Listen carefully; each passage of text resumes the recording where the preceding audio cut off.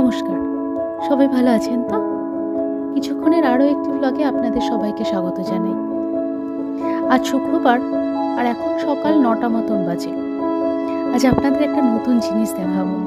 এই সপ্তাহেই কেনা হয়েছে আমার হাজব্যান্ডের খুব খুব শখের একটা জিনিস।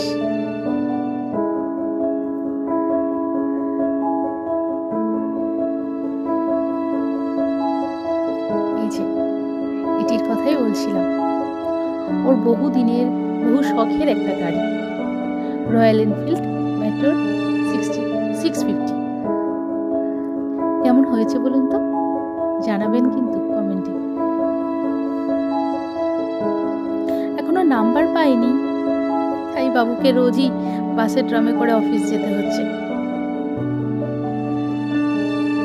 প্রত্যেকদিন সকালে অফিস যাওয়ার সময় একবার করে গাড়িটা দেখে আর রোজ বলতে থাকে, গাড়ি আছে তাও চড়া যাচ্ছে না। কি বড়! আমি তো বাবা হেলাতেও পারিনি।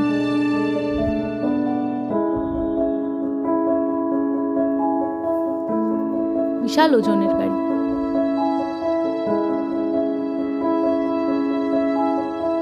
দেখতে কিন্তু বেশ সুন্দর। এই লোগোটারই দাম হেভি।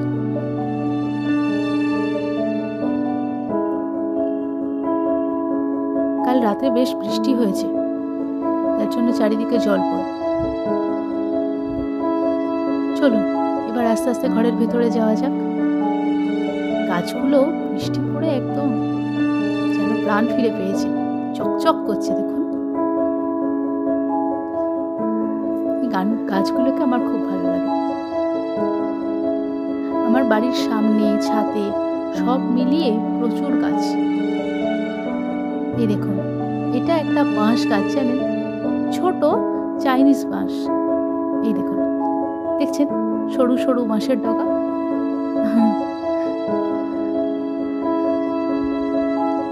একদম জল পেয়ে পুরো সতেজ হয়ে গেছে গাছগুলো। এরপরে আছে একটা ছোট্ট কামিনী গাছ, একদম ছোট, দাঁড়ান দেখাচ্ছি।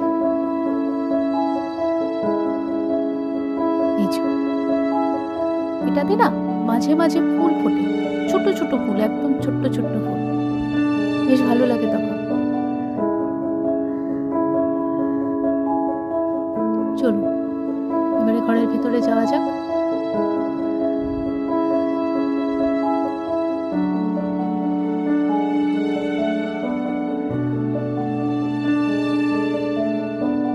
আমাদের বাড়ির সামনে প্রত্যেকেই আসে আর বলে, আপনারা কলিং বেল লাগাননি কেন?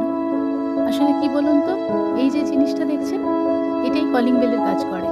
এটা এক টাইপের কড়া বলতে পারেন। আগেকার দিনে হতো না, বালা থাকতো দরজায়, সেই। চলুন কিচেনে এসে গিয়েছি। আজকে ভেবেছিলাম সকালেই যে ও বেরিয়ে গেলে তারপরে কিচেনের টুকটাক জিনিস একটু পরিষ্কার করব। এই তেলের জার দুটো অনেক দিন ধরে রয়েছে, পরিষ্কার করা হয় না। আর আমাদের যে দিদি কাজ করেন, উনি আবার এ দুটো মোটে ব্যবহার করতে চান না। ওনার সেই একেবারে বড় একটা জার থেকে তেল ঢালতে সুবিধা হয়। আজকে ভেবেছিলাম এগুলো একটু পরিষ্কার করে নেব। সামনেই পুজো চলে আসছে, কিছু মশলার জারগুলো একটু পরিষ্কার করতে হবে।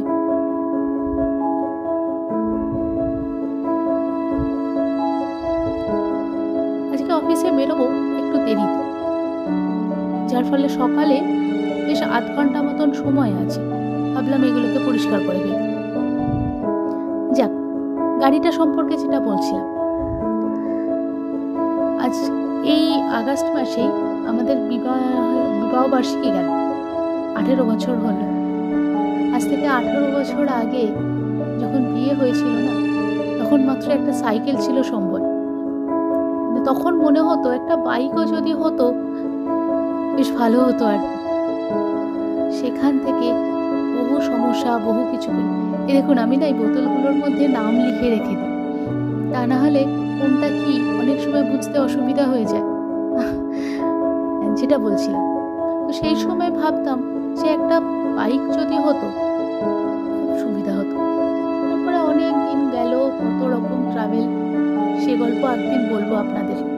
গত 18 বছরের যে জার্নি সেটা বলবো একদিন। যাক, এবার সে তারপরে একটা সময় এলো, একটা বাইক কেনা হলো, নর্মাল বাইক। তারপরে স্কুটি কেনা হলো আমার জন্য, সেও চলছিল।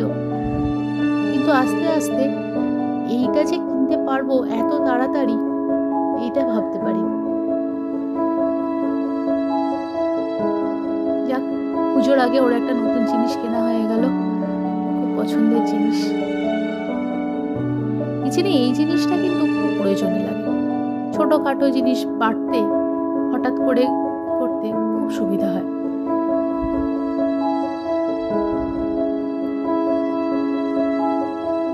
প্রায় মোছা শেষ আমার।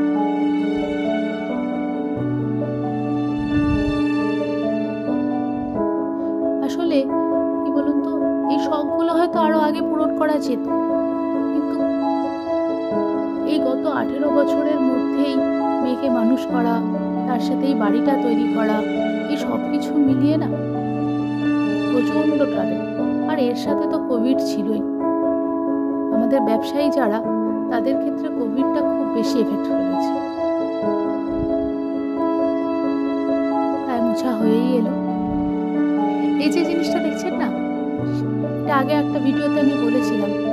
এই হলুদগুলো প্রত্যেকদিন আমার যিনি কাজের দিদি আছেন উনি ভিজিয়ে দিয়ে যান।